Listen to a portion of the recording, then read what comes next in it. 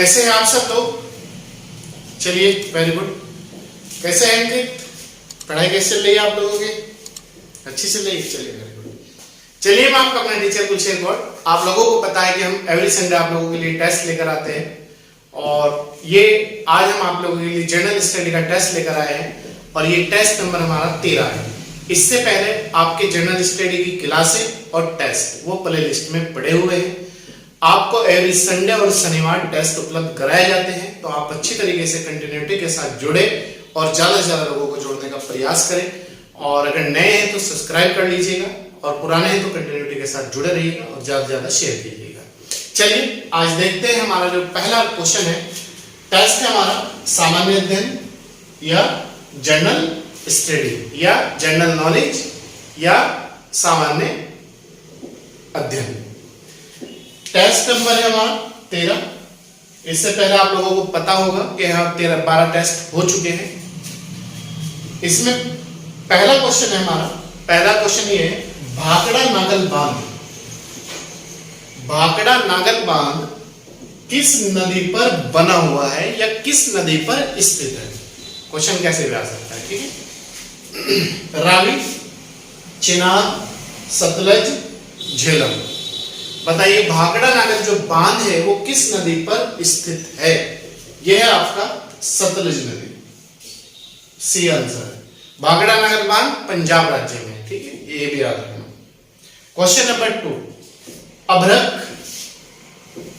का सबसे बड़ा उत्पादक देश कौन सा है? जो अभ्रक है उसका सबसे बड़ा उत्पादक जो देश है वो कौन सा है? भारत, स्विट्जरलैंड, नेपाल, श्रीलंका।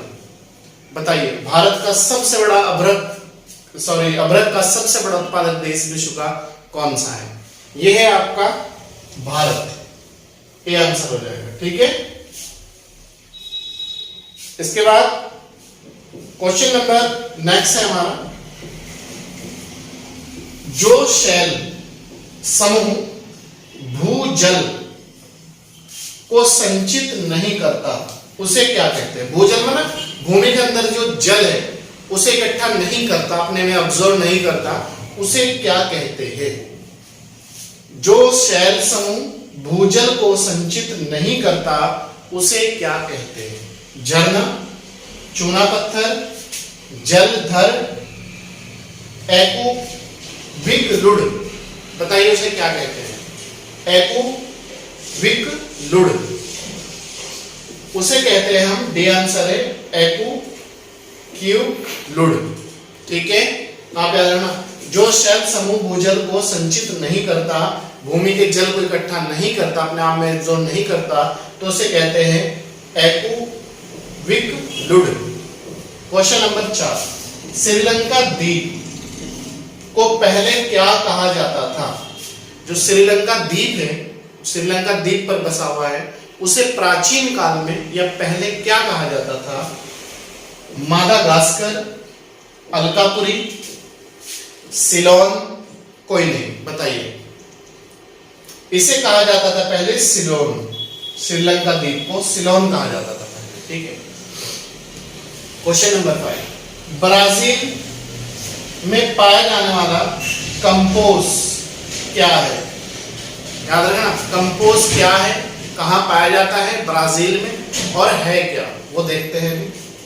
एक जनजाति, एक परंपरागत नृत्य, एक उष्णकटिबंधीय घास का मैदान।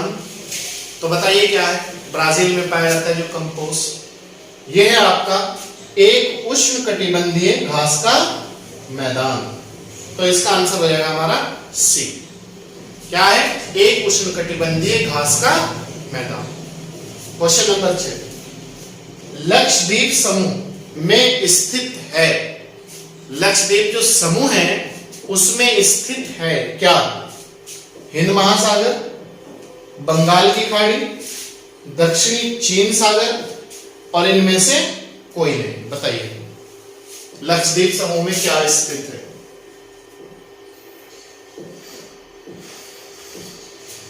लक्षद्वीप समूह में इनमें कोई भी स्थित नहीं है, सब लक्षद्वीप समूह से बाहर है, ठीक है। तो डी आंसर हो जाएगा।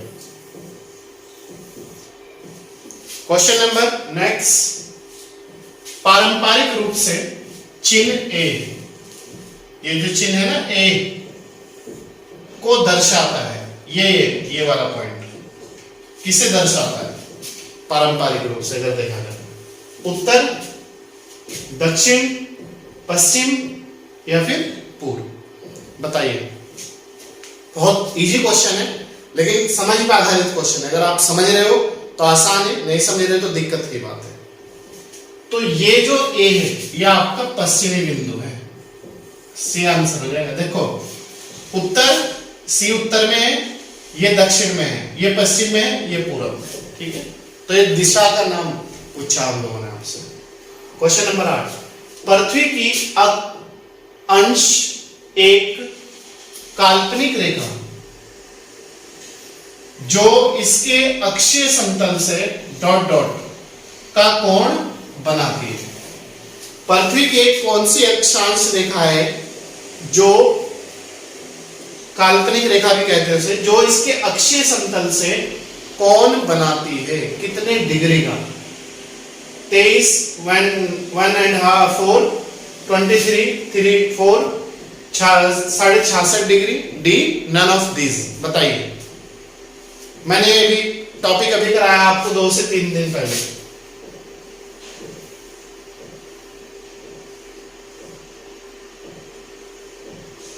ये जो है आपका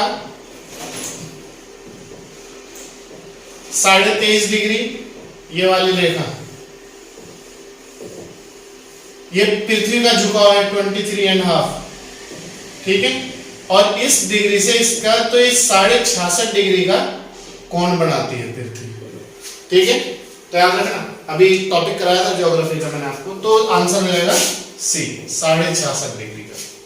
क्लियर है? कक्षीय समतल, कक्षीय मतलब यहां से। ठीक है, क्वेश्चन नंबर 9, वह वृत्त जो ग्लोब पर दिन को रात से अलग करता है या विभाजित करता है, क्या कहलाता है? वह वृत्त जो दिन और रात दोनों को अलग करता है, तो उसे क्या कहते हैं? परदीप्त वृत्त, दिन रात वृत्त, दिन वृत्त या फिर कोई नहीं, नन ऑफ दिस। बताइए। वह वृत्त जो ग्लोब पर दिन को रात से या रात को दिन से, क्वेश्चन कुछ भी पूछ ले, अलग करता है या विभाजित करता है या डिवाइड करता है, क्या कहलाता है? वो कहलाता है आपका परदीप्त वृत्त। ठीक है, क्वेश्चन नंबर 10, ऋग्वेद की मूल रचना डॉट डॉट, जो ऋग्वेद की रचना हुई है वो किस भाषा में हुई है? ऋग्वेद की मूल रचना, ऋग्वेद किस भाषा में लिखा गया है? हिंदी में, संस्कृत में, ब्राह्मी लिपि में या फिर पाली भाषा में? बताइए। ऋग्वेद की जो रचना हुई है, कोई भी वेद हो, ऋग्वेद, सामवेद, यजुर्वेद, अथर्ववेद, चारों की जो रचना हुई थी वो संस्कृत भाषा में हुई थी। बी आंसर है हमारा। ठीक है, क्वेश्चन नंबर 11, निम्न में कौन सा प्राचीन काल में मगध के नाम से जाना जाता था? प्राचीन काल में जो मगध का एरिया था वो कौन सा था जिसे जाना जाता था? गंगा का दक्षिणी क्षेत्र, यमुना का दक्षिणी क्षेत्र, गंगा व यमुना का मध्य क्षेत्र, और डी है नन ऑफ दिस, कोई नहीं। बताइए किसे प्राचीन काल में मगध के नाम से जाना जाता था? ये था आपका गंगा का जो दक्षिणी क्षेत्र है,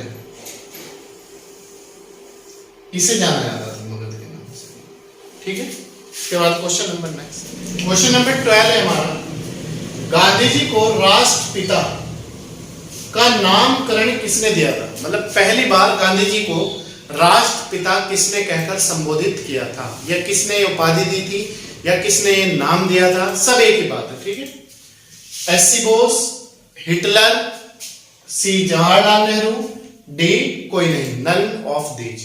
गांधी जी को राष्ट्रपिता की जो उपाधि दी थी वो सुभाष चंद्र बोस ने दी। ठीक है, क्वेश्चन नंबर 13, जब भारत को 15 अगस्त 1947 को आजादी मिली तब ब्रिटेन के प्रधानमंत्री नहीं थे। थे नहीं पूछा, नहीं थे, आप याद रखना, 15 अगस्त 1947 को जब भारत आजाद हुआ उस समय ब्रिटेन के प्रधानमंत्री कौन नहीं थे? लॉर्ड माउंटबेटन, चर्चिल, एटली, पूरा नाम इनका क्लीमेंट एटली, ठीक है। डी है ए व बी दोनों। बताइए, इसमें है ए और बी दोनों। उस समय ब्रिटेन के जो प्रधानमंत्री थे वे थे लॉर्ड क्लीमेंट एटली, ठीक है। तो हमारा आंसर हो जाएगा सी। क्वेश्चन नंबर 14, भारत के राजघरानों के राज्यों को भारत में विलय करने का श्रेय किसे जाता है? जो भारत की देसी रियासतें थी, राजा और महाराजा होते थे, तो आजादी के बाद भारत में उन्हें भारत में शामिल करने का श्रेय किस व्यक्ति को जाता है? कौन वो ऐसा व्यक्ति था, कौन वो चेहरा था? गांधी जी, बी सरदार वल्लभ भाई पटेल, सी राजेंद्र प्रसाद, डी गोविंद वल्लभ पंत। तो बताइए कौन था वो ऐसा चेहरा? तो वो था आपका सरदार वल्लभ भाई पटेल। 500 कुछ देसी रियासत थी भारत में, तो इन्हें भारत में देसी रियासत मंत्रालय का गठन इन्हीं के नेतृत्व में किया गया था, इन्हें अध्यक्ष बनाया गया था और उन्हें शामिल करने का भारत में श्रेय जाता है। क्वेश्चन नंबर 15, नीति आयोग के अध्यक्ष कौन होते हैं? जो नीति आयोग होता है उसका जो अध्यक्ष होता है, इसका पहले नाम योजना आयोग था, ठीक है, नीति आयोग का। तो उसके अध्यक्ष कौन होते हैं? राष्ट्रपति, प्रधानमंत्री, उपराष्ट्रपति, कोई नहीं, नन ऑफ दिस। तो याद रखना, नीति आयोग के जो अध्यक्ष होते हैं वो होते हैं भारत के प्रधानमंत्री। कोई भी इसका प्रधानमंत्री रहेगा भारत का, वही इसका अध्यक्ष होगा। प्रथम नीति आयोग के जो अध्यक्ष थे वो थे जवाहरलाल नेहरू और उपाध्यक्ष थे गुलजारी लाल नंदा, ठीक है। वर्तमान में जो अध्यक्ष है वो है नरेंद्र मोदी, ठीक है। और उपाध्यक्ष कौन है? अरविंद पनगड़िया। क्वेश्चन नंबर 16, इनमें कौन सा जनजातीय अर्थव्यवस्था से संबंधित है? कौन सा जनजातीय अर्थव्यवस्था से संबंधित है? जो जनजाति है हमारी, उनकी अर्थव्यवस्था का आधार है, उनकी अर्थव्यवस्था का बेस है, उनके जीवन यापन करने का एक मुख्य आधार है श्रम शक्ति, श्रम प्रधान कृषि, खनन, मतलब खनन करके वो अपना जीवन यापन करते हैं, खदान, और डी है अंतरण कृषि। बताइए, अंतरण कृषि, इनका जो जनजातीय अर्थव्यवस्था का जो आधार है वो है अंतरण कृषि। मतलब आज यहाँ कल वहां, जहां भी इन्हें बेहतर जीवा वो मिली कृषि, खेती करने के लिए खेती, वहीं पर रहते, जब तक उसमें पैदावार होती है बेहतर तब तक वहां रहेंगे। उसके बाद जब पैदावार कम होनी शुरू हो जाती है तो दूसरे स्थान स्थानांतरित कर लेते हैं। क्वेश्चन नंबर 17, पृथ्वी के परिभ्रमण से होने वाली हवा के झुकाव डॉट डॉट को कहते हैं। मतलब पृथ्वी का जो रोटेशन है, जो पृथ्वी वो घूमती है, तो उस पर जो हवाएं चलती है वो अपना प्रभाव एक डायरेक्शन चेंज कर लेती है। तो उसे वो क्या कारण है, वो किसके कारण अपना प्रभाव चेंज करती है? कोरियालिस प्रभाव, गति का प्रभाव, बल रहित प्रभाव। बताइए, ये करती है कोरियालिस बल प्रभाव के कारण।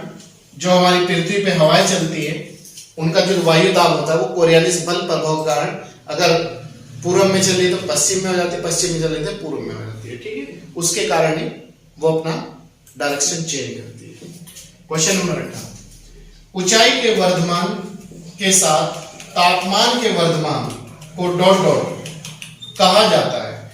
जैसे ऊंचाई पर हम बढ़ते जाएंगे वैसे ही तापमान में वृद्धि होती जाएगी, तो उसे क्या कहा जाता है?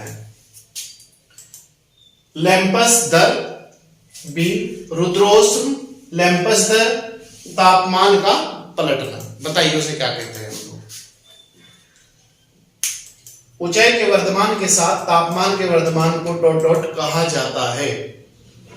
लैम्पस दर, रुद्रोष्म, लैम्पस दर, तापमान का पलटना, इसे कहते हैं तापमान का पलटना, मतलब बदलाव, टेम्परेचर। क्वेश्चन नंबर 19, प्रसरण का वर्गमूल क्या होता है? प्रसरण का वर्गमूल क्या होता है? प्रसरण मतलब फैलाव। सहसंबंध, परिमाप विचलन माध्यमिका, बताइए प्रसरण का वर्गमूल क्या है, या वर्गमूल क्या होता है? यह होता है परिमाप विचलन। क्वेश्चन नंबर 20 और लास्ट क्वेश्चन आज के टेस्ट का, अरुणाचल प्रदेश व म्यांमार के मध्य सीमा रेखा बनाने वाली श्रेणी को क्या कहा जाता है? ये देखो, ये है आपका म्यांमार व्हाइट कलर और ये है अरुणाचल, तो इन दोनों के बीच जो सीमा रेखा बन रही है इसे क्या कहते हैं? ए पटकाई बुम, मणिपुर, सी नागा, डी कोहिमा। बताइए क्या कहते हैं?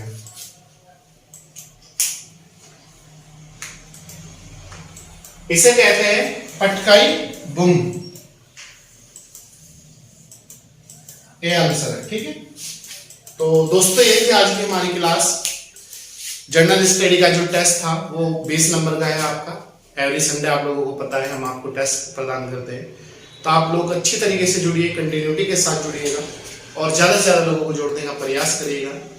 और विन एंड कैंपस का ऐप भी आ चुका है, और अगर आप ऑनलाइन क्लास लेना चाहते हो किसी भी सब्जेक्ट की, किसी भी कॉम्पिटिटिव एग्जाम की, तो आप इंक्वायरी कर सकते हो। आप लोगों का वेलकम है, स्वागत है, हार्दिक अभिनंदन है। तो चलिए मैं आपका अपना टीचर पूछे एक और। Thank you.